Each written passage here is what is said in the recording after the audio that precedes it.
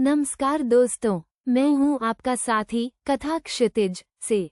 आज हम एक ऐसी अविश्वसनीय और रहस्यमय यात्रा पर निकलने वाले हैं जो हमें देवी सती के उन विस्मृत अंशों की दुनिया में ले जाएगी जिनके बारे में बहुत कम लोग जानते हैं। यह एक ऐसी आध्यात्मिक पहेली है जो सदियों से अनसुलझी है।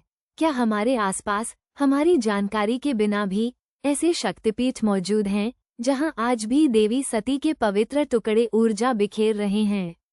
सदियों पुरानी कथा है, प्रजापति दक्ष ने एक विशाल यज्ञ का आयोजन किया था।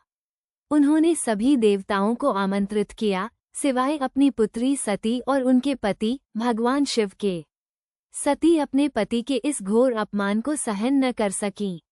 वह अपने पिता के यज्ञ में पहुंची और जब उन्हें हर ओर अपमान ही मिला तो उन्होंने स्वयं को उसी यज्ञ की अग्नि में भस्म कर लिया। उनका यह आत्मदाह ब्रह्मांड के इतिहास की सबसे दर्दनाक घटनाओं में से एक बन गया। सती की मृत्यु से भगवान शिव अत्यंत व्याकुल हो उठे। उन्होंने सती के मृत शरीर को अपने कंधों पर उठाया और प्रलयनकारी तांडव नृत्य करने लगे। शिव का ये रौद्र रूप देखकर तीनों लोकों में हाहाकार मच गया। सृष्टि का संतुलन बिगड़ने लगा और लगा जैसे अब सब कुछ नष्ट हो जाएगा।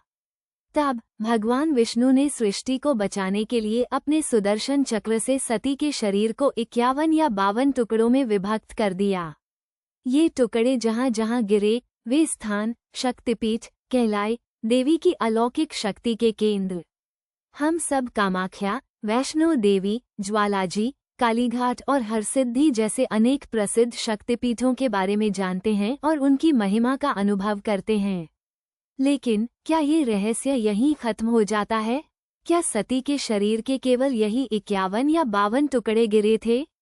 प्राचीन ग्रंथों, तंत्र शास्त्रों और स्थानीय लोककथाओं में कुछ ऐसे रहस्य छिपे हैं जो इशारा करते हैं कि सती के शरीर के कई और अंश भी पृथ्वी पर गिरे थे, जो आज भी अज्ञात हैं, विस्मृत हैं या जानबूझकर हमारी नजरों से छिपे हुए हैं।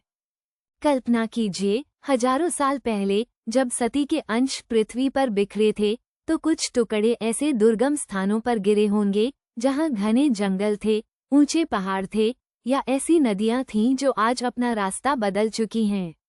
समय के साथ प्राकृतिक आपदाओं, भौगोलिक परिवर्तनों या मानव सभ्यता की पहुंच से दूर होने के कारण वे स्थान इतिहास के पन्नों से मिट गए या फिर उनकी पहचान गुम हो गई। कुछ अंश शायद इतनी छोटी जगह पर गिरे होंगे कि उन्हें किसी व्यापक मान्यता में लाया ही नहीं जा सका। कई संत, तपस्वी और साधक आज भी इन अज्ञात शक्तिपीठों की तलाश में हैं। वे प्राचीन पांडुलिपियों, स्थानीय जनजातियों की लोककथाओं और अपने गहन आध्यात्मिक अनुभवों के सहारे उन छिपी हुई ऊर्जाओं को खोजने का प्रयास करते हैं। क्या पता, हिमालय की किसी अज्ञात गुफा में, भारत के किसी घने वर्षावन के भीतर या किसी प्राचीन नदी के किनारे देवी का कोई ऐसा पवित्र अंश आज भी अपनी दिव्य शक्ति बिखेर रहा हो जिसकी हमें कोई जानकारी नहीं है। ये संभावना अपने आप में रोमांचकारी है ना?